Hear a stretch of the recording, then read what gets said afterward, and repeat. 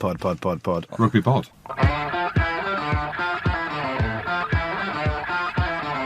Today on the Rugby Pod, we have got Box Office. He's one of my favourite men walking the planet. He's doing an incredible job. A British and Irish Lion, a Six Nations winner, a URC champion. He's one of Munster's all-time greats, record try scorer, and one of the most electric outside backs of his generation. It's the great Simon Zebo. How are you, Zeebs, after retirement, mate? Great. I'm loving life at the moment, my man. You look like you are. Yeah, getting to hit the pitch with you at times. It's good fun. I'm enjoying it. It's been class. Commentating and doing the punditry and this and that, getting to still be a little bit part of the game and see old friends, get to see the matches up close and personal, the talent and stuff that's on display. Like, it's been unreal. I've really enjoyed it. Better than you thought? You enjoying it more than you thought you would have? Far more, yeah. I thought it would have been tough potentially, you know, just when you step out straight away from the game, you have one or two things going on, but, you know, you might hang your hat on the punditry and the commentary side of things a bit more than you think. You'd be looking for days to fill up the schedule and be busy, but it's just been pure enjoyment thus far. Yeah, it's been unreal. I'm loving it. But you're very good at it, and I'm not just saying that. Really? I wouldn't say it, Rob. Hey, It's true. Oh, Yeah, that's so good. and Thank I wouldn't you. say that. And I'm not saying that there isn't people that are good in it, but there's people that are naturally good at it, and there's people that have to work at it. And I've always found it weird in the media that if you listen to people when they're delivering whatever they're doing, that's actually not who they are. They're different off. Yeah, But when I'm yeah. watching you, and it's the same as when I do it, Yeah. I I don't know how you do it and not be you. That's that is you. exactly. I don't see it, and it drives me mad when I'm watching, you know, a match or even soccer. You know, the guys, you can tell a mile away that that's not what you really think off camera, or I know you don't think this of that person. You know, I love watching Roy Keane. You know, it's whether you love him or loathe him, that's who he is, and he's authentic. And I think that's why he has such a presence on camera. And I'm a very different personality to him. Yeah, probably a lot more jovial and outgoing, probably, but that's me, you know. And I try to bring the crack as I would with anything, you know, and be insightful and knowledgeable, and, you know, must make the overall experience as best for the viewer as possible. Yeah, it is awesome, and that's what I mean. Every time I watch you do it, it's and the relationship with the players, and that's always the gauge. Hey, Rob, when you see players at the side of the pitch and Matthew Jalibert comes up to you, and you've got that relationship with the guys, right? And that is a hard balance, and that is something that I'm more than comfortable in the space that I'm operating in. We had Matt Gitto talking in the studio, and he said he will never go hard at a player. He doesn't believe in doing that. And then my partner in crime, he'll rip anyone to shreds. He genuinely, and that's him. He don't give a shit. That is him, and that's what he does, and that's who he is. So he's comfortable doing that. Fair play. I agree with Matt, like, to an extent, and Andy as well. I have no issue going after someone if you call out a bad piece of play, or, you know, if someone messes up, call it as you see it. But I would, if I'm comfortable saying that to their face, I'll say it. If I wasn't comfortable saying it to their face, I wouldn't say it, because we live in the world of, as we see recently, the keyboard warriors and stuff like that. So yeah, I would have no issues saying anything, you know, to criticise players, but as long as I'd be comfortable saying it to their face, then I think it's okay. I do wonder how I would deal with all the podcasting now being judged in a forum like this. And it is really difficult sometimes. Like, perfect example, and this might not be the case, and he's probably not listening, but he might do. So one of my favourite players in the modern generation is Andrew Porter. So whenever I've met him, I've really enjoyed his company. I did a thing with Leinster with him, a branded piece for, I can't remember who it was, with him and Dan Sheehan. And because we don't get access to the Irish guys, you don't really know them. So I actually loved spending the afternoon with them. So I'm a big fan of Andrew Porter, what he's done on the pitch and his story off the pitch, how honest he is, and as him as a player in general. But I criticised the Irish scrum around the World Cup in 2023, and it just went completely cold on me. Really? I think so. I might be just reading things in between the lines, but I do wonder, because, I mean, it was a an honest assessment of the Ireland scrum. He gets pinged a lot, and Doris the same. His interactions with the referees, but I'm the same. Like, as long as I could say, mate, I think you're a wicked player, but you're struggling in the scrum at the minute, and just I wonder how I would have taken that as a player. Because they might only see the headline, right, on Off the Ball or whoever it is, the Irish media now rip stuff from the podcast, and it reads very different to how it sounds. Exactly, and how you say it. And I'd be surprised with Ports because I don't know him as well as I know my Munster teammates, but from what I do know, he's very relaxed and he doesn't take those things to heart. But it's I've taken it to heart then. I'd love to have him on the show. I think he'd really elevate the podcast, his story to our audience, and selling his book. He's got a book. I'm like, Paul, get yourself in. Yeah, we got a mad audience who would love to hear off you. You are a savage athlete and a brilliant player. Come over, and it was like, no, I'm going to stay. We didn't say no. He just never replied. So, Paul, come on, Paul, please. How is the lay of the land in Ireland? It looks from the outside, and I'm only seeing bits, right, that it's all very negative. It's all quite chaotic. You're living and breathing it. How is it? Yeah, it's a bit, as you said, it's a bit chaotic. There seems to be a lot of discourse around the 10 jersey and stuff, and selection and form, and the form has dropped from the senior team to the A side to the under-20s all the way through, and they're in a bit of a slump at the moment, and whether it's players getting on in their years and out of form at the same time, it's just not ideal, I suppose, in the lead up to the World Cup. Now the media is on them.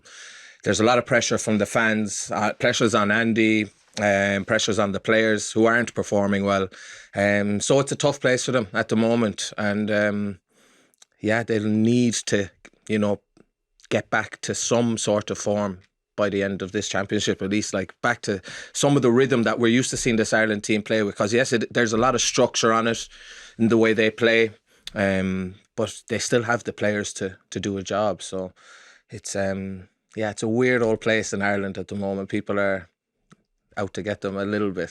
You can see there's a lot of pressure coming on. And what do you think it is? I think probably a bit of an ageing side as well. I think other teams have upped their game, and the analysis side of things, Ireland play with a lot of shape, a lot of structure. There's very little off the cuff type of play.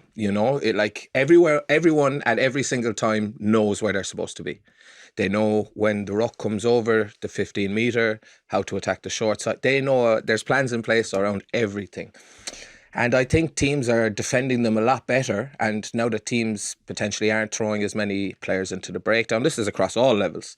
They're fanning out, keeping players on their feet, and they know the shapes that are coming at them because they're very repetitive. It can be a bit copy and paste at times, the game plan. Having played in that shape, I understand it quite well. That's my take on it. I think maybe 10, 15, 20% heads up rugby is needed, and so I think they're in a tricky place. The shape and the structure has been so good to them. Teams didn't know how to defend them, didn't know how to defend the short side attack and the kicking game and how they were attacking from everywhere and the shapes that are evolving anywhere on the field.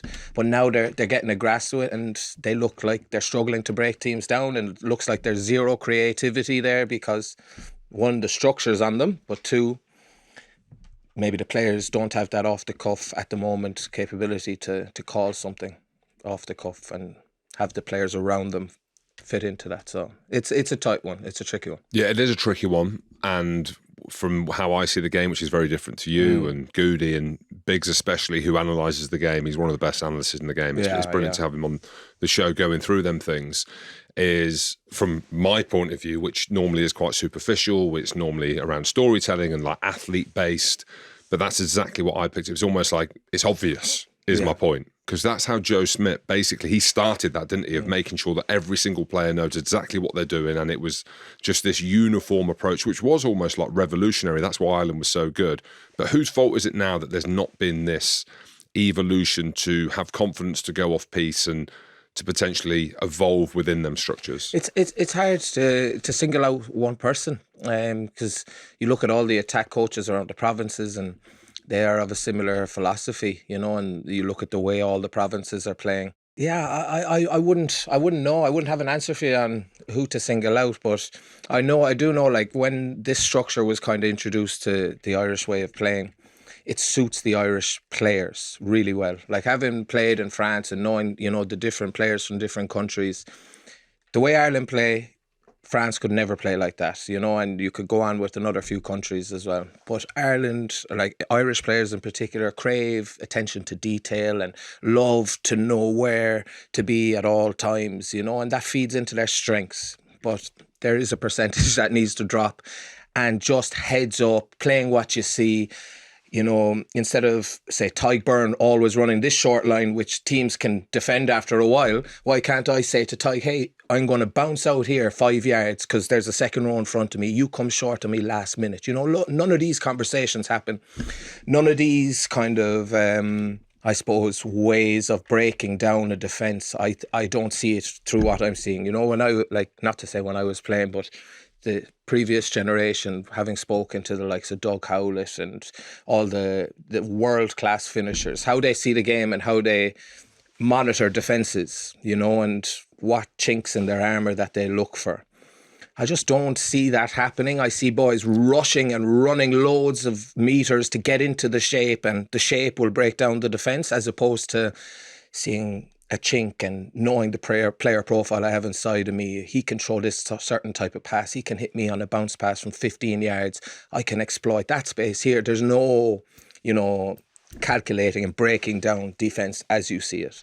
That's just what I see. Anyway. Yeah, maybe be more specific on the way that Ireland play then, and how you're coached. So, again, from my superficial view, it was always breakdown speed was a necessity, non-negotiable, and then the 9 had so much control with ball playing forwards, and like you said, now teams have leveled up in attack, analysis and all of these things, but Ireland, along with New Zealand, were probably the first team always when it comes to them attacking shapes, but then Ireland under Joe Smith, where you were like, this is absolute chaos, this is amazing to watch. They've got the inside ball, they've got players that can throw outside the back. Ross Maloney, one of the best at it, is at Bath now, but even watching him do it, watching the forward skill set was incredible. What is the DNA at the minute? So if you were to profile an Ireland team or a player and you had to come into the system right now, what is it? Yeah, on the last few performances, it's hard to say, because the amount they've been kicking away the ball, and, you know, what I thought was the DNA of holding on to the ball and taking teams in deep phases and eking out penalties through ill-discipline, X, Y, and Z, territorial game. You know, you could hang your hat on the last couple of years and say this is their DNA. They're just relentless at the breakdown, super efficient, and grind teams down, and they usually start really fast out the blocks. But lately, I don't know, I suppose since defences have kind of seemed to figure out the shapes and know when they're going short sides, know when they're going to kicking game or crossfield kicking game, and the patterns that they're running with their 3-man pods in the middle of the field, looks like they've changed now and kind of gone, okay, we're going to kick the leather off the ball here, get into the aerial contest, look for the scraps, blah, blah, blah. So maybe that's to do with their drop in form as well. Maybe playing more percentage rugby at the minute is suiting them. But in terms of DNA, for the past number of years, I would have said hanging on to the ball and outworking teams and, you know, winning the territory battle either through ill-discipline or effective running game. Andy Farrell's getting a bit of stick in the media. Now, I don't know who's got the balls to do that, Rob. Rob's calling for his head. I'm not calling for it, absolutely not. But I think for the first time you've seen, like, his emotional comments after the Italy game. I've never seen him speak like that before. Just a couple of little chinks he started to speak with emotion, whereas before he was very levelled, wasn't he? Always quite composed. Does that mean he's under pressure then? I'd say he's not under pressure for his job. Like, I just think he's finding it tough at the moment. The lads aren't performing to the level we're used to seeing them at, and it's been a pretty smooth process thus far for Andy. And now, you know, I suppose there's a few question marks, we'll say, around suppose their lack of performance and why things aren't going so well, and seem to be falling behind South Africa, falling behind France, and England have now caught up, and, you know, there's a lot going on, and it's probably just taking its toll a little bit. I noticed what you noticed as well. He seems not on edge, but Not the jovial Andy we're used to seeing, I suppose. Yeah. And there's question marks now over why he did the Lions tour, and should that be allowed for a head coach in the middle of a World Cup cycle, being 2 years before the World Cup. Is there any talk of that being challenged? I don't think so at all. I don't personally. Andy, I don't think so. Just so you know, I don't think so. No, I think that's lads clutching at straws. I think he is a top quality coach, creates an unbelievable atmosphere. Players run through a brick wall for him, and I think the Irish players were absolutely delighted for him, to get the job for the Lions, successful tour, and come back, fresh ideas, having worked with different players from the other nations, and I would not be using that as an excuse. I think player probably accountability maybe a bit, and maybe the shape or the system needs to evolve a little bit. But I wouldn't be blaming Andy for what's going on, I suppose. He's world class. I loved working with him. He was an incredible man. In what way? Like a father figure rather than a coach? And that's what you see from Rassie. It feels like there's that respect like a son would have with his dad. And with Andy Farrell, I get the sense that there's a similar thing. Big brother kind of father figure. You just, similar to Rassie, you don't want to let him down. You would do anything to perform after him backing you selection-wise. It was probably a bit easier for Rassie when he was with Munster, selection-wise, but it's the same thing, they're just two proper alphas, I suppose, and they are leaders of men, and the way they handled coaching and the interactions with the players, they brought the best out of everyone, I felt. And two incredible men. Yeah. The alpha aspect is super interesting, also super necessary and super obvious because of the sport that we play, that you have Rassie, Erasmus and Andy Farrell. If we put them in the top 5 coaches, Rassie would be number 1. But if you put Big Faz, as undeniable, right? He's a top 5 coach. That they've played the game at the highest level, but the way that they did, there's no coincidences there. I'm not saying that Bakis Botha could go on. Very different, actually. It's probably a poor analogy. He's just going around. He's just going around wrecking people in breakdowns. But it's the guys that do have that alpha approach, but also have a human touch. Alex Anderson, I know you've never worked with him, but he had a similar thing. Like he is a fucking alpha. Yeah. As in, you could say a hard man, but just that the human touch and the understanding of young men. I just think it's super important. Yeah. Especially now in today's. Yeah, players being a bit more sensitive. Yeah, a bit more sensitive.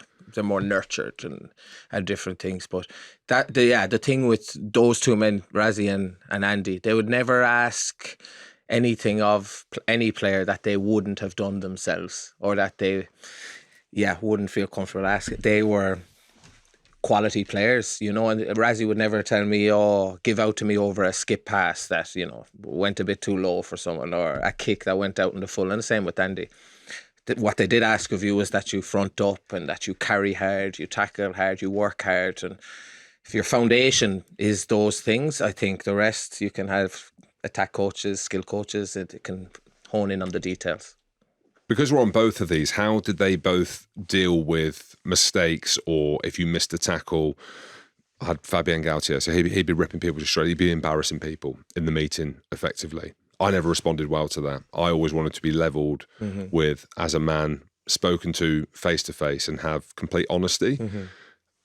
Maybe just give us an insight into if a mistake was made or something silly happened or you got sin-binned, how they kind of dealt with it. Something silly, I think, I'll speak more on Rassie because, I've dealt more with him as a head coach. Any skill error or execution thing wasn't a big deal. Could brush over any of that.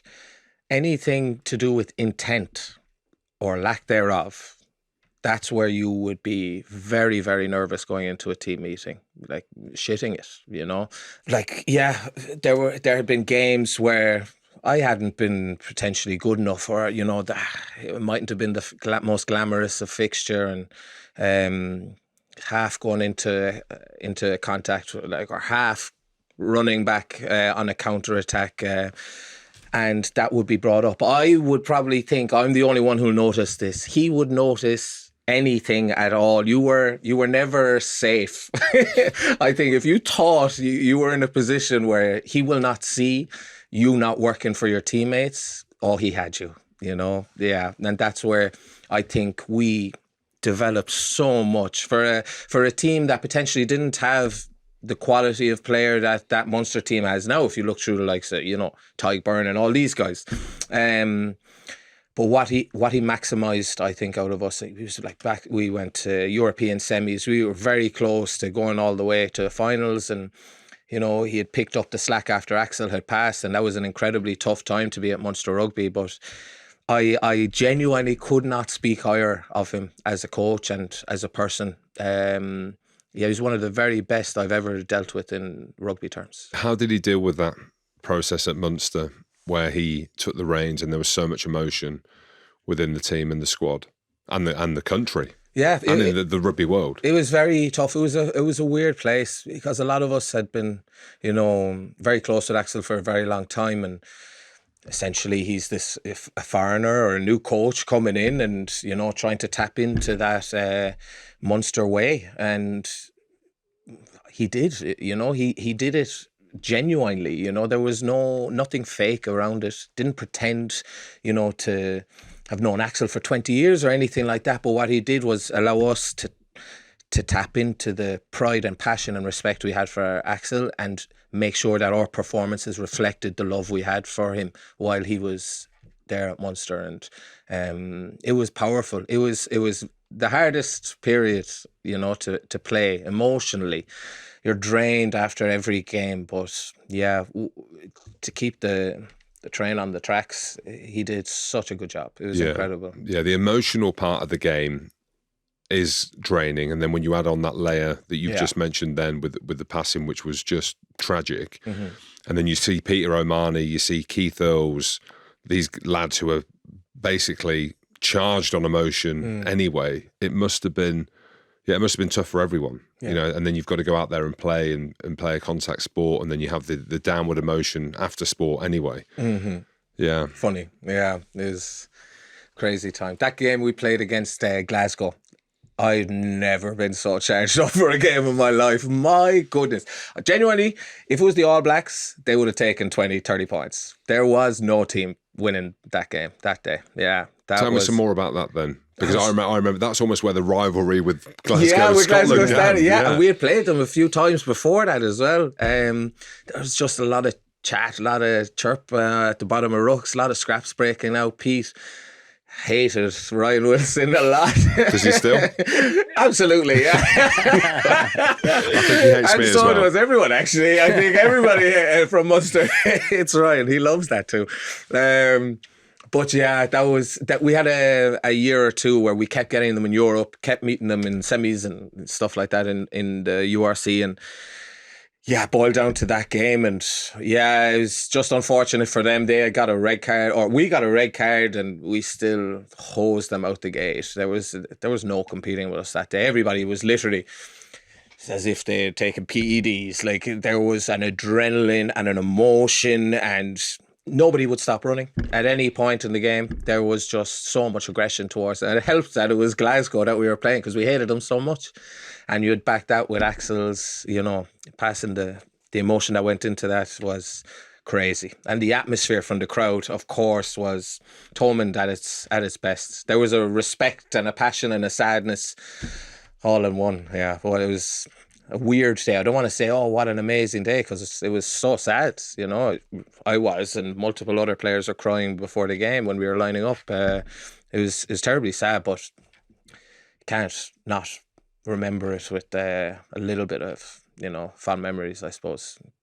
He would have been happy with that performance. I'm sure. That is damn I sure. remember it now, and I've got goosebumps on the back, and also because I know what it's like to play on emotion. Rugby's one of them sports, right, where it is up and down, and this is why I don't agree with playing the amount of games that we do, because Well, you said it there. You can't go out there every single week and operate, not at that level that you were for that game, for the reason you've just said, but to operate at that level of intensity and physicality and disregard for your body and going up for these balls in the air where you don't care what happens on the way down. Correct.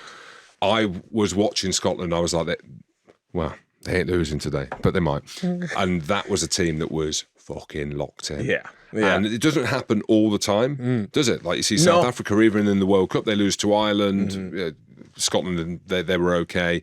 And you go through these peaks and troughs, but when you're on it, there's no better feeling, is there? And no better sport to watch. No. Oh my goodness. Well, that's why the World Cup was incredible, because we got them quarterfinals. Crazy. And it's very rare that you'll get back-to-back games as intense and as high-skilled and as physical and jeopardy, and the players on the field are just as good as each other. They're just matched in all the positions. Yeah, that France-South Africa quarterfinal, that's one of my favourite ever games that I've watched. It was crazy. Crazy. Intensity, passion, drama, quality of tries. Oh, what a game. Yeah. But that's it. You can't, it's World Cups are different, but I agree with you. The shorter the seasons, I think the better quality we'd be seeing, because you'd be able to see that more often.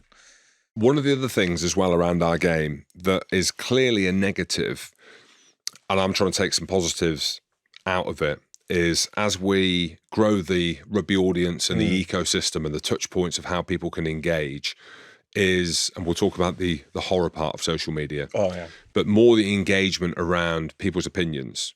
The fly half for Ireland, right? And we've spoken about it privately, we've spoken about it on activations that we've done, and I'd be keen to talk about it now, because the way that I'm looking at it is you've got two young quality 10s in Sam Prendergast and Jack Crowley vying for a number 10 jersey that hasn't yet been locked down, and clearly Andy Farrell doesn't really know who his number 10 is going to be in the World Cup if we base that as Andy Farrell's last dance or the barometer or the cycle that they're on.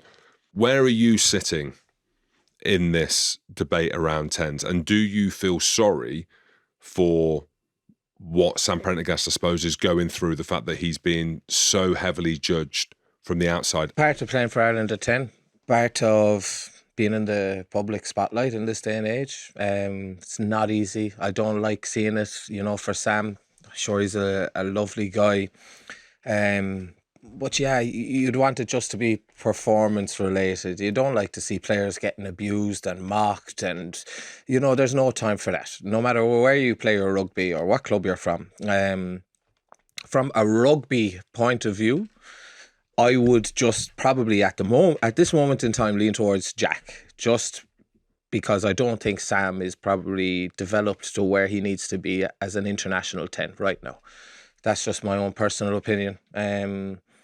I think he has all the capability to change that and to crack on and have an amazing career. He is young. What is he, 23? Jack's 26. They're not that young. Right, Jack's actually not young. I didn't realise he was 26. Yeah, Jack's he'll be 27. And he's re-signed. He obviously wants it, right? Yeah, he's not walking away. Exactly. So it's a tricky one, trying to get caps into lads and see them develop playing time. But at the same time, I'm sure Jack would be a bit frustrated that these years are ticking on, and it's a very short window. But yeah, just physically, I think Sam needs another year or two, and maybe he could improve. But Jack's more of a threat on the ball. He's a better defender, and that is clear as day. There is zero question there. Sam has loads of upside. His quality of catch pass is phenomenal. Like his passing range, phenomenal. How he's able to drop off these little offloads in close quarters, phenomenal. His kicking game, the variety of kicks he's able to produce. I'm a massive Sam Prendergast fan in terms of his ability. And I think he's going to have a crazy good career if he's guided and pushed, the right way. But I just don't think right now he's a better player than Jack in terms of international rugby, because essentially he will be the weak point, in the team if he keeps getting named, and teams will keep finding him out. Like if you watch the past couple of games, it's been tough for Sam. you know. And I don't know whether picking him again is, you know, backing him for confidence-wise, or is that more detrimental to him and his, you know, his confidence. So I just think if you're not performing to the level, you should not be playing. Pick on form. On form is number one above all. And I don't think that's what we're doing at the moment. Yeah, and it's a really cool perspective you've given, and the detail, and I think you've shown Sam like great respect by talking his skill set up. Why do you think then, if we're sat here saying that Andy Farrell's in the top 5 coaches in the world, arguably top 3 or 4, top 3, that he's picking Sam?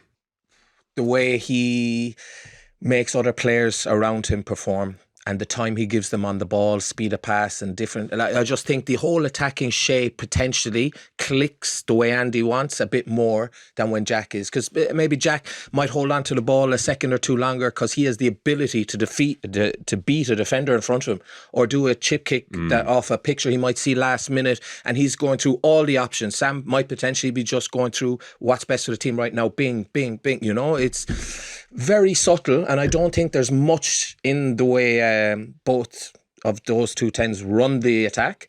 But I think Andy just likes the way Sam does it at the moment. Also, though, Andy Farrell's got he's got all week with him. He's seen what he's like in training. He's seen what he's like leading the lads. We see the games at the weekend, but he's seeing that you know, that 360 view. Yeah, and I agree with that, but you have to be judged on your games at the weekend. You know, like, I'm sure he like both of them talk really well in the meetings and tick all the boxes all over. That doesn't matter. The only thing that matters to me, or I presume to the players, is how you perform on a weekend. You know, anything other than that, to me, it's politics. Like, well, they call them test match animals. You know, lads who can just mill through the week, and then it's fucking hell. Yeah. And I was like that. I hated training. I never liked build up to games, you know. But and there was a lot of other lads like that, you know. And whatever, depending on coaches, whatever you needed to do to perform your best on a weekend, that was all important. And Rassie was definitely the coach who, you know, embodied that more than anything. I don't care what you know. Yes, there has to be a standard, you know, during the week, and a level of attention to detail throughout your week. But all important was the weekend and performance based. And I just think at the moment there's probably lads who are playing way below par and they're still being selected. And from the outside, that's probably why there's a little bit more pressure on as well. What about the athletes coming through who can get over the gain line, who can do things which are in line with the modern day top 3 teams in the world? And I'm thinking off the top of my head here, but you look at Wallace Atiti, what he can do. You look at Henry Pollock. I'm going to even throw his name in there as well. Yeah, that can do something out of nothing. That is just valued. It's uncoachable. Who are the players for Ireland coming through where you're like, he's the guy? Because you had Bundy Aki, you had Josh van der Fleer to a degree. I know you said you were in this position of being like well coached. James Lowe, when he was probably at his very best, Matt Hansen, we know, is injured, but could make something out of nothing. Is there anyone coming through? Forwards wise, Edwin Adogbo is one of those guys who can turn a game on its head. Bryn Ward seems to be a quality operator up in Ulster. He seems to have something about him. Yeah, but it's hard. I just, maybe, I don't know. I'm just not seeing it too much at the moment. Maybe it's not player ability. It's the freedom to be able to show that. I don't know. Or a combination of both. Well, as we know, and I keep mentioning athletes, you see Edwin Adogbo come on and you're like, my word. This guy is a monster. Yeah. And they're not built like that. No. Across all layers of Scotland, we don't have one. We don't have a monster. I'm looking for who are the monsters? Yeah. Maybe my lad, when he comes through, he'll be a different kind of monster. All arms and legs. Yeah, he looks like an incredible athlete. Did he have 2 years off with an Achilles? He's had 2 years off with an Achilles or something. Yeah. I used to carpool with him up to Limerick every day. Yeah. My goodness, he's been through the ringer. Yeah. Back-to-back Achilles injuries. And yeah, it hit him hard, to be fair. He was down to the dumps, as anybody would be, but talent-wise, ability-wise, we're only starting to see it now, but Edwin's been unbelievable for a long time. So he just hasn't had the rub of the green, but it's great. I'm delighted for him now that he's finally reaping the rewards. Yeah. Long overdue. He could have been capped a few years ago, I'm telling you. And what's he, 23? 22, 23? 2002 he was born. 2002. 12 years younger than me. Okay, so he's, my word. 23. And what a shame this week, hey? Yeah, poor watching. I say watching. I mean, I've not seen the comments because they had to turn the comments on. Maybe you can tell us a little bit more about that, because when I saw that, and I was going to comment on there, I was like, have Ireland blocked me? I'm like, have they blocked? Can I not say, like, well done, Edwin, it's been great to watch your journey and whatever it is? And they've had to turn off the fucking comments. Yeah. Because of the racial part to that. Yeah, that's terrible. Can you give us some insight into actually what's gone down and what's happening? From what I could see, it's just the standard post, celebrating the first cap, and Munster do it the same and whatever, and picture of Edwin, and it's just underneath. There was just ridiculous amount of, I suppose, hate towards him, and going on about skin colour, family, heritage, different things, just all completely away from the fact that this young man's just had his first cap for Ireland and he couldn't be prouder, his family couldn't be prouder, and people just trying to detract from that. And that's what's sad. I'm sure he's had racial abuse before. I have, all my family, everybody I know who's of colour at some point in their lives, of course. But I think for just such a happy moment for him, to not have the ability to even say, oh, look, that's me, or, it's terrible, and I spoke to briefly, but how was not going into too much detail or anything or depth with him, but yeah, I'd imagine it's just a tough old time, but he has plenty of good people around him, and they'll get him through it, and hopefully it's water off a duck's back, but it's never nice to see. There's always going to be dickheads everywhere, and when I was very, very young and this abuse was happening to me as a 5-year-old, 6-year-old, I wouldn't wish it on anyone and wouldn't want it for any of your friends or kids or whatever. But I would say it made me stronger, made me more resilient, made me more mentally tough. I don't think anything good happens to anybody in life without hurt or without pain. Even though it sucked at the time, I wouldn't be who I am today, or the father I am, or the husband I am today, without all the bad things happening in my life. Oh, I thought we were past it. Yeah. I thought that it was... Yeah, me too. Do you know what I mean? Fuck it, we're past this. You see a big smile from ear to ear. Yeah. He's singing Halo after. Oh, and he's a proud Irishman as well, and incredibly proud. Yeah, he'd be belting out our Onavian with plenty pride. Sure, he played Gaelic games when he was younger, and he's incredibly proud to come from Cove. Never stops talking about Cove as if it's New York City. What's Cove like? It's beautiful. It is beautiful. Yeah, to be fair, it's on the New water. York. Yeah, it's stunning. They have the Titanic. The history all around the Titanic and when it docked and left off. And you're not selling it to me. Okay. In the summertime. Come to Cove in the summertime. Yeah. It's beautiful. But I think what we'll see now, I think there'll be a huge reaction around Edwin that's going to be really, really positive. Yeah. Like you can see it coming now. And I just, you talk about rugby values, whatever the fuck that means. But I just think the values of human beings and hopefully something positive comes round for this young man. And I think he's one of the most likeable characters there is in Irish rugby at the moment anyway. He's almost a cult hero in Munster already in his early years, having played, 20, 30 caps for Munster, 40 probably. Every time he gets the ball, the crowd's in behind it. Anytime he's anywhere near the action, attack, defence, whatever, going up in the line out, people want to see Edwin on the ball and want to see him make the impact that he normally does when he plays. So he has a massive future ahead of him. He is super, super talented. And I just hope he only has the best end to the Six Nations possible now, because that was a little hiccup and I'm sure he'll brush it off. And he won't dwell too much on those bots and dickheads on X and these things, and he'll focus on the rugby, focus on the important things. That's the only way to get through it. And they're looking for reaction. They're looking for him to get off his game. That's what my father would have told me when I was young. These These idiots just want to take away from you. They're jealous from you. They want to bring you down.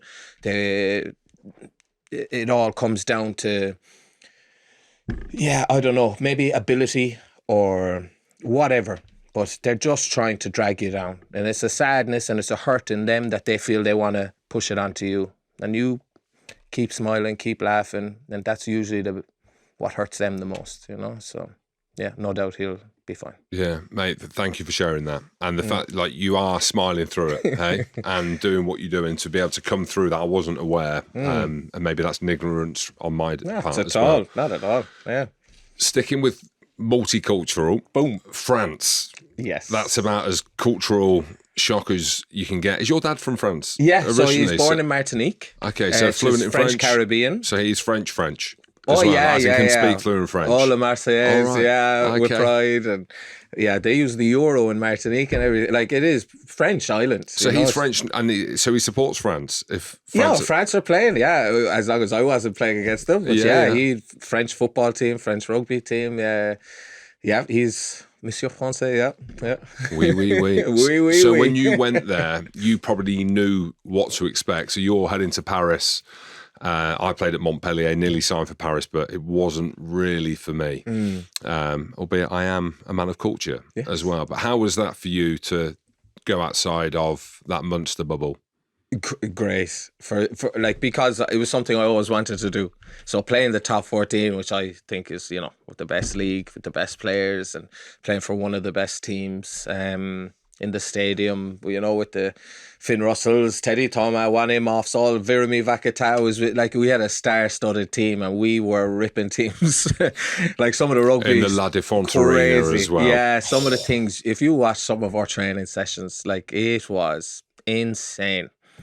Some of the quality on a weekly basis was incredible. But yeah, like what? Talk me through some of the training stuff. Who's driving that? Tell me it was Finn. Oh no! Like in terms of quality on the training, where you're looking at and being like, oh yeah, oh for sure, Finn. Yeah, it's just like we'd go team on team, and it didn't really matter, you know, who was on either team. There was just moments of outrageous skill and quality constantly. You know, it's always a bit easier if it's shoulder on. Some of the things Virimi would be doing with the ball, as if it's a tennis ball. Leone Nakarawa was with us for a while as well. And when you have the front foot ball, even in training, it just kind of always happened in matches that we were just always coming onto the ball, and there was just way too much talent on the team. And when we were on and when we weren't overtired from the toughness of the top 14 season, there was, I don't think, many teams, world or internationals, that would have competed with us if we were really on our game. Yeah, we were a quality outfit. What do you think fans don't understand about France? Why are they so good? Like, they train it every day.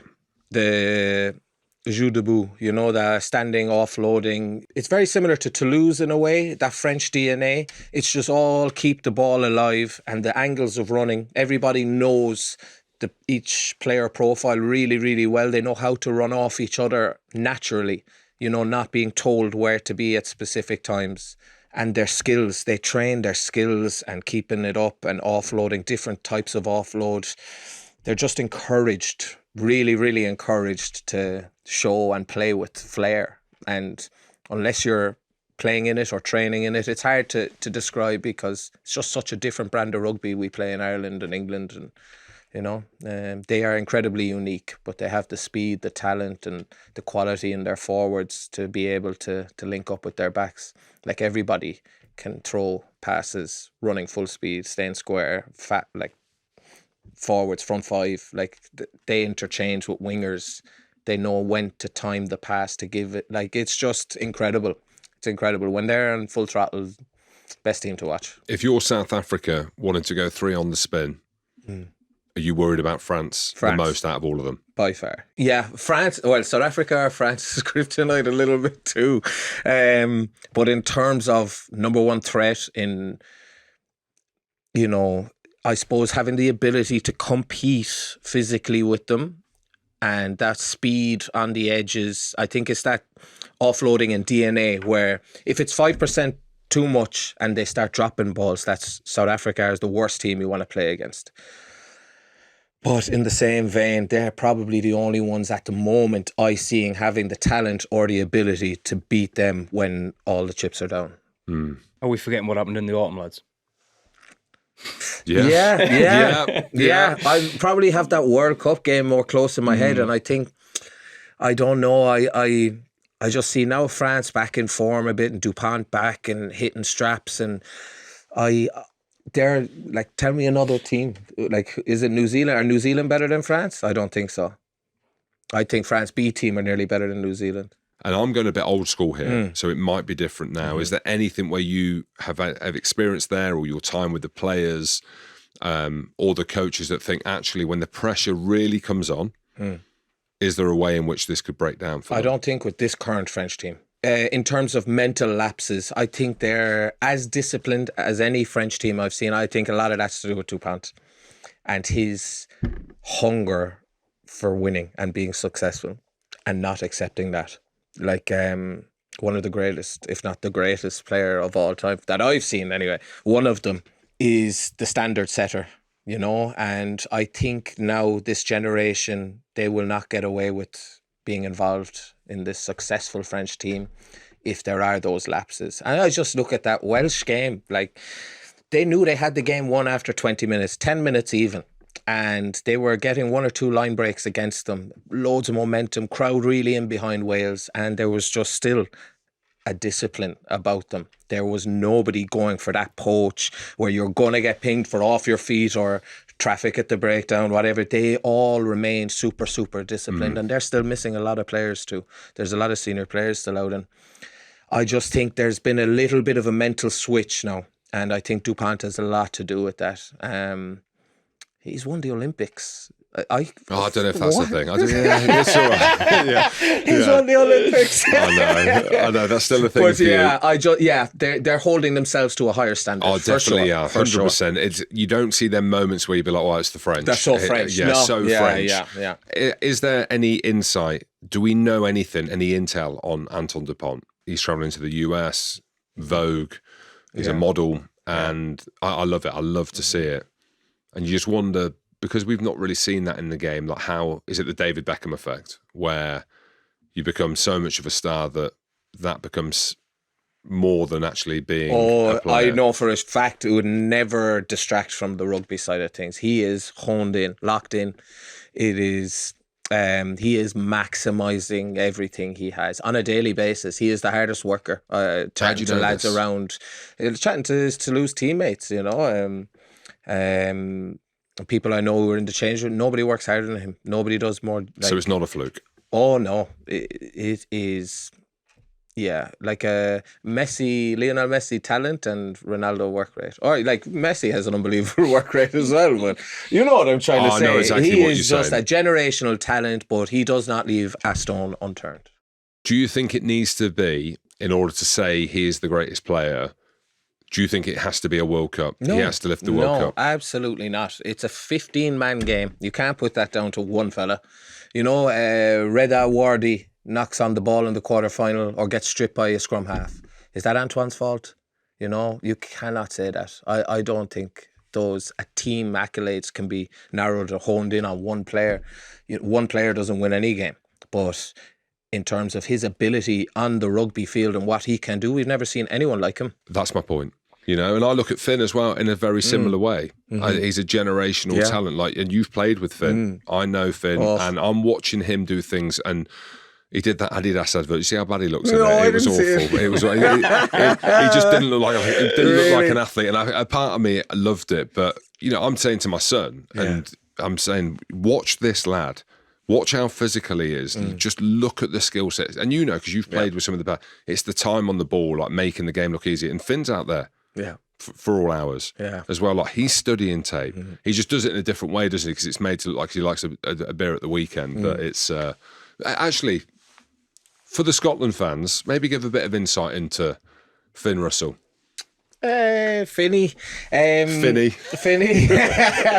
boy. What a player. Where would he rank in fly halves for you? Whoa, 1. At the minute, like with terms of players I've played with, he'd be number 1. Yeah, I'd say, yeah. For sure.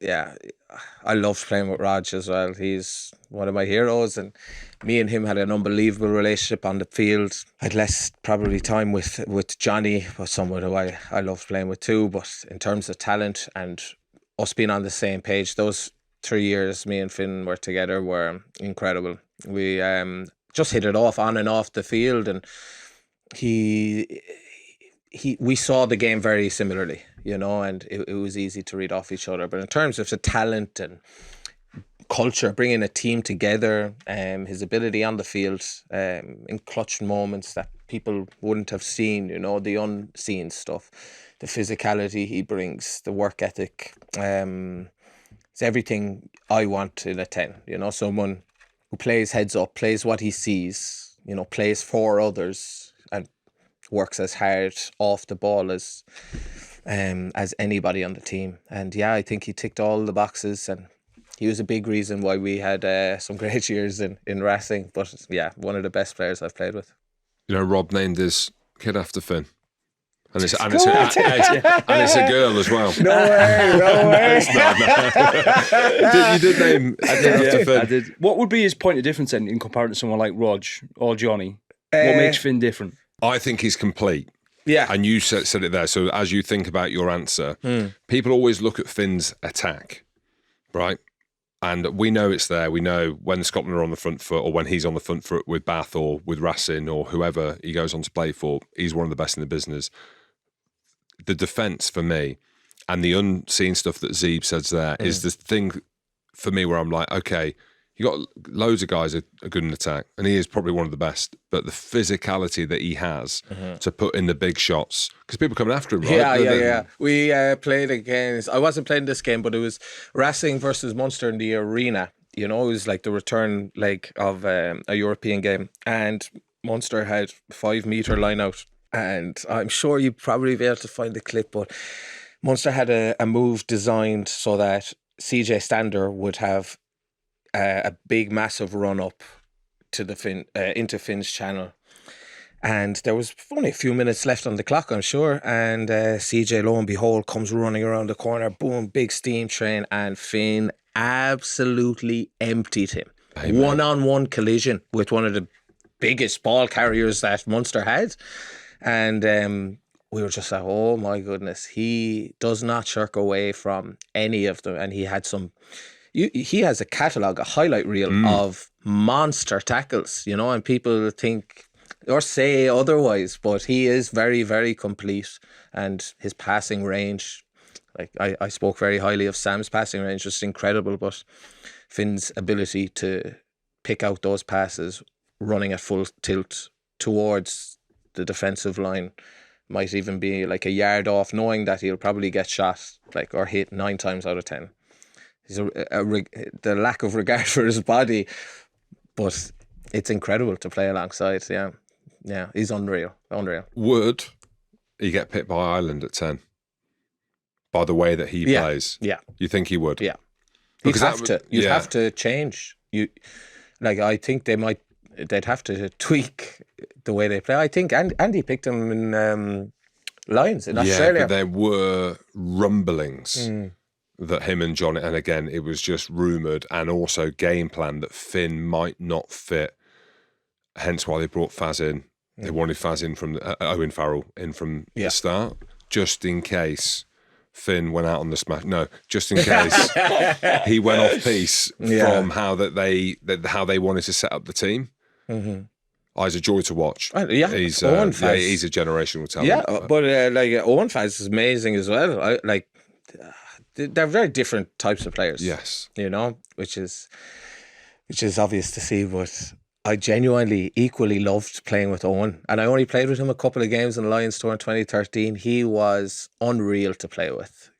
Skill set and just a pure belief in someone, empowering you to be your best at every moment. I just remember counter-attacking the ball and Faz threw me the ball and just fucking go Zeebs, I was So he's coaching you on the field, isn't he? Yeah, absolutely. Run through a brick wall for him, and an incredible lad as well. didn't get to spend as much time as I would have liked to with him, but I have nothing but great things to say about it. He first person to come up to me when I arrived on tour, and it's like, mate, if you need anything, you know, blah blah, here's my room, come up to my room and grab whatever gear you need and this and that. Just like super cool, nice guy. Yeah, and that's what the Lions tour does. I love the Lions tour, and you hear all the stories and the anecdotes and the integration, even the last one with Pollock and Johnny Sexton and everything that went on around their relationship as well. And yeah, it's just in a contact sport, I keep kind of going into that, and then you've got to go and play in the Six Nations after, and then you know them, and like you're smiling now and you're going up against these lads. Yeah. We had played Sarries a few times with Munster in Champions Cup before that Lions tour, and I didn't like that. Yeah. I thought, you don't remember. Yeah. But with fans, you didn't like him. No, like not that you didn't like him, but he was chirpy on the field. Yeah, it's like the Peter O'Mahony thing. Yeah, right? A lot of people won't like him because he's similar. I didn't think me and Faz would get on, but I thought I loved this company, and I thought he was incredible to be on the same side with. Man, you run through a brick wall for him. What a guy. Yeah. The story of him and his dad's call as well. Amazing. Do you know what I mean? You've got two of the best players across both codes. Yeah. One's England captain, and then you've got his dad coaching Ireland, and everything around the World Cup and what they went through, which is kind of under the radar, really. Yeah. But that's a father and a son. Correct. Yeah. His dad's coaching Ireland the expectation is to win the World Cup. You've got your son captaining England, and it's awful for him. Again, I know it's different to the social media stuff that we're seeing, but the kind of hate and the abuse that he's getting, that means he has to throw the rest of his England career away because he can't deal with it. This is like a guy that is one of you played with. One of the toughest fuckers. One of the toughest. And it broke him. Yeah. I didn't realise, how hard it was on him. Obviously, incredibly sad. I wish I'd been more in contact with him, but what a player. What a player. I just have so much respect and admiration for him. Yeah, I really enjoyed the time together. I was very close to signing with Saracens at one point. Phil Morrow and Mark McCall, I think, early doors before. Not very close, but yeah, they were certainly on the radar. There's conversations being had in the background, and I was like, fuck, imagine myself playing with him more often. I kept thinking back to that counter-attack. Fucking go, Zeebs! I was like, actually, I really want to do this. I was at Sarries. It was amazing. Like, during that period whatever, salary cap this, salary cap that, mate, it was mental. Like a mix of cultures, the South Africans, like we had Namibians in there. We had the English clique, and then you had like the old war horses. I put myself in that mix, like me, Kelly Brown, Jart Berger, Petrus Duplessis. Like we were the cannon fodder that basically just do whatever you can to get them out on the training field to make training as hard as possible. And and I do miss it. I do miss rugby. I do miss playing. Your body? Your body not taking a... Body's fucked. Yeah. I saw Haskell talking about his injury profile. I just saw something pop up on social media, 13 surgeries, and he was talking about these things. He's just turned 40. And that's why I'll never not value people who pass judgment on the game who've not done it, but people like your opinion matters so much more to me. And even Haskell, whatever he says around the game, I'll listen to Hask, because I'm like, mate, you're giving your body and your soul to the game. And that's what I love about this, right? I'm not an expert. You know, there's much better people than me to analyse the game. And was chatting about Dan Bigger. And he's unreal. But I love being able to commentate on the game with my brothers who I've done it with. And class. And that's where, even with Premier, I smile when I see you lads, and it's chaos, right? They're the boys. Do you know what I mean? They've been there and done it. Do you know what I mean? They have put their head in the spokes, right? They are at the pitch where we've lived, breathed, and will probably die. You know what I mean? Like that's what, like close to the pitch, and that's why it's so cool in these forums now that there's so much media out there, and hopefully we're doing it in as much as we can in a positive way. And they don't just take out the headlines and be like, well, Jim and Zeebs said that Andy Farrell needs to go. Well, we didn't say that, but whatever it is. Of course, Yeah. How's your body now? I play soccer on a Wednesday night. All right, you must be all right, then. Yeah, just to try and keep fit. It's not working. Fuck. But I'm very good, yeah. Joints, surgeries. How many surgeries do you have in your career? I'm good. I've had 5, I'd say. 5 or 6. Knee, couple of times. I had 3 knee surgeries, 2 foot surgeries, 5. But other than that, all right. Like back pain, posture, different things, knees cracking all the time. But I can manage soccer on a Wednesday. But it was definitely time to pack in and more so as a result of training, less so than the matches. I thought I was still going well. I was still scoring. I was still moving around the pitch. All right. It's just the toll that training takes, and the standard of Munster training is very, very high, and the intensity is very high, and I just found as an outside back 34 after the length of my career, that was, good time. It's the speed. I say that having not had speed, hence the longevity of my career, it's the lads that were rapid and you could just see the pace just dropping off a little bit. Yeah. And unless you could move to a 12 or a 13, which is quite rare anyway, and that's what you see with the back rows, these lads that now can move up into the second row, there's a little bit more longevity with that as well. So, But there's way too much you talk about like training load and stuff like that. If you want to maximise a player's longevity, I just don't know how you can go back to back year on year. Mad. Yeah. There feels. Do you feel like do you feel like there's a shift coming around? Do you feel like there's something in our game there's going to be a shift and a realisation that it's not sustainable with the level that we're watching and commentating on the performances now? It's not sustainable, is it? I don't think so. Yeah. I think there will have to be a change. It's hard to say exactly what that will be, as of the here and now, but fuck, it's intense. And it's hard to reproduce that consistently without chopping and changing squads and getting, players recycled faster. I don't know what will have to be done, but fucking 10, 15 games less maybe. But then it's all about money, isn't it? And rights. But I think we'd probably be of a similar mindset there in terms of just wanting the pure quality and how amazing the sport could be and go to the next level if the quality on display is always of the highest level, But it's a fine line. We talk about MMA a lot. And in the early days of MMA, they'd be sparring every week, sometimes every day. Yeah. Now all the champions, they don't spar anymore. Yeah. They're hitting pads. They're doing positional stuff. I wonder whether rugby can follow a similar model, because you wonder how many careers are wasted on the training pitch. Smashing. So many. Yeah. Oh my. Way more in the past though. It's a lot less now with the sports science and this and that or whatever. Players being looked after. But my goodness, I saw a lot of lads have to pack it in just from training. Yeah. And the toll it took and the deterioration on their body. Can't let you go before chatting about England Ireland weekend. What are you thinking? Biggest game for Ireland? Oh yeah. I don't mean this championship. Maybe yes, in the championship we agree with that. But in general. Yeah, in general it's a massive fixture for us. Yeah. It's always earmarked. It's going to be a cracker.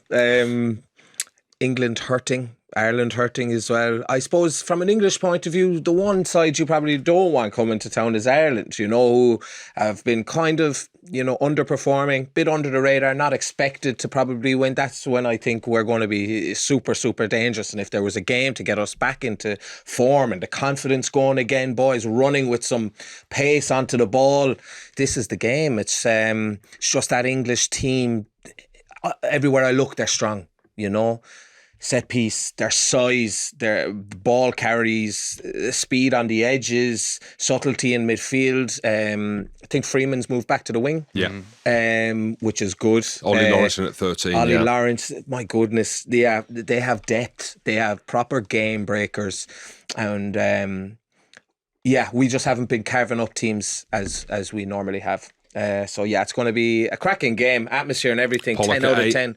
Pollock's in. The Jackalers. Underhill's not in. He's not in the team, but he's on the bench. Pollock, Curry, and Earl. Yes, they have. That back row is going to be getting some ball. Yeah, they're going to be slowing down ruck time for sure. They are. That's an incredible back row. That's incredible. Can I ask what you think of Freeman moving to 13? Because me personally, I'm not a fan of when you've got a world-class winger or a world-class centre, then being like, okay, let's move him there. I think Freeman is one of the best wingers in the world. To then move him to 13 doesn't make sense to me. I think with Freeman, they put him at 13 because they've not had Ollie Lawrence. It's just my opinion. Mm-hmm. In hindsight, even though I liked Freeman at 13, he looks better on the wing. For sure. No brainer for me. I wouldn't play him 13. I think he's unbelievable. And I think he has some impetus. Probably Bortic's like, I just want my best players with hands on the ball, you know, and if he's not getting the service on the wing, maybe bring him in a channel or two, but it's just defensively, you need a lot of time in that jersey at test level to be there. I think Scotland cut him a couple of times. Well, Finn said before the game he's going after that channel, and that's where he's at his best. I'm telling you, Finn would pick up on the tiniest things. You like 2 yards too deep, 2 yards too flat. He will adjust the move or his option just based off your alignment alone. And if you don't know how to sell a picture from a 13, not wingers where you're defending or trying to sell pictures for kick space, if you're trying to sell pictures on what you're going to do at 13, that is way harder, and it's something that if you're not used to, the best 10s will carve you up, and it's just one slight movement and he got done, and looked like he was jamming all the way on 10, and he made him look a fool, you know, like he would any player in the world who's not used to that position at the very highest level. So unless they stuck with him at 13 all the way to the World Cup, I'd get him back to the wing now, because he's just more impactful there. Yeah, well, Steve stuck to his guns on some big calls. Henry Arundel, who didn't get banned, is still playing on the left wing. A lot of people are saying that they're not convinced he's test match, but I'm trying to think, if not him, then who? With all due respect, who could you pick on the wing with Feo Boso being injured, Caden Murley been struggling at Quins? I know he's been in camp. And then him not making wholesale changes is basically what Gregor did against England. He stuck to his guns. I think it would have been harsh on England if they've been 12 games on the spin with that squad. Everyone's talking about them, and then they have one bad game, and then everyone's out. But yeah, I agree with Pollock starting, actually. I just think he makes such a difference. It's about time. No, I'm mad to see him a test from minute one, you know. I just think he has so much talent. Why waiting for the last 20 minutes? But it like I heard Johnny Sexton say, which is true, it's very different starting a game. The space, the level of fatigue on the opposition, this and that, the tempo of the game. It's slightly more open. But from the start, I think he deserves a crack. What he's been doing on a rugby field, there's nobody in the world. When he came on for England, he was their best player. Yeah. Massive turnover under the sticks, making breaks on the outside. You were like, it felt like, hang on. Yeah. Something's going to happen in and around him. What about Ireland? This will come out probably around the time people will be listening. The team Ireland select will already be out. Mm-hmm. What do you think he'll have changed? Bundyaki will come in at 12? Who's your 10? Jack. I think I'm not saying he has to, and he can do whatever he wants. He's unbelievably successful, but I would imagine he would have to pick Jack just on the last performance alone on Sam. Like, there's been, other performances where Jack's been good, and, it's a different picture coming on the last few minutes when a lot of the hard work had been done by Sam. I completely agree, but I just think it would be too much to start Sam again now. When he just hasn't been playing well.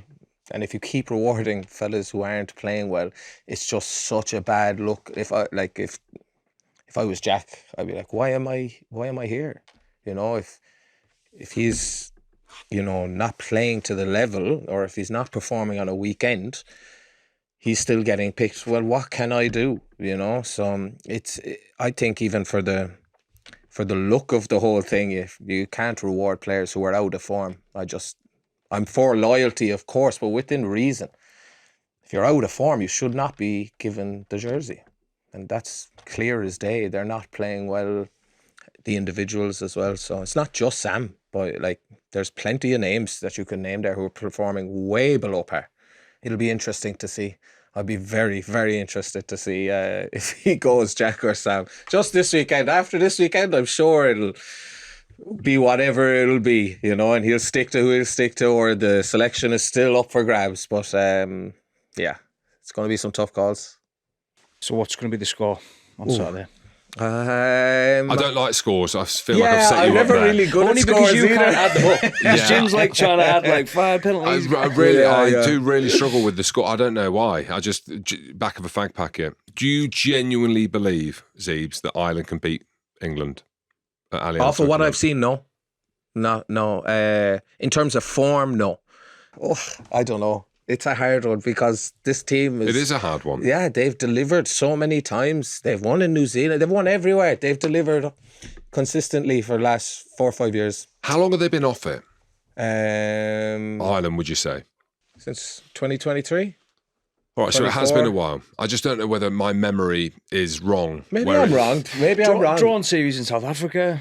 I think it's a trajectory thing that people get stuck on. When you are maybe 7th in the world, but you look like in 2 years' time you could be 3rd. There's a good feeling. When you were first or were second, and now you're 4th. That's a fair and maybe point. don't look like. But that we are dipping. That's for sure. Like the gap between South Africa, like World Cup when we beat South Africa, and you were on fire. Yeah, everything was moving well, clicking. Boys running onto the ball, options everywhere. We just haven't seen that. They're like South Africa, like cleaned us out in November. Yeah, and then there was you didn't one team winning that from the start, and it was only them. Yeah, and it wasn't even close. That was the one for me. So when I try and think in my mind, it was the New Zealand game in Chicago, which was a bit of a non-game. And I was gutted because we built it up to be an unbelievable game. Rico Ioane, like everything, it was going to be awesome, and it was just a poor game. Yeah, but anyway, there we go. Zeebs, amazing. We've got a live show tonight. One of the best athletes to watch, like smile on your face, but so cool that you're doing what you're doing now, and we're doing more together. So just for the audience, I'm just saying that, but it's great to have you in the studio. Love mate. it to bits, lads. Awesome. Thanks so much. Thanks for having me on. Thank you.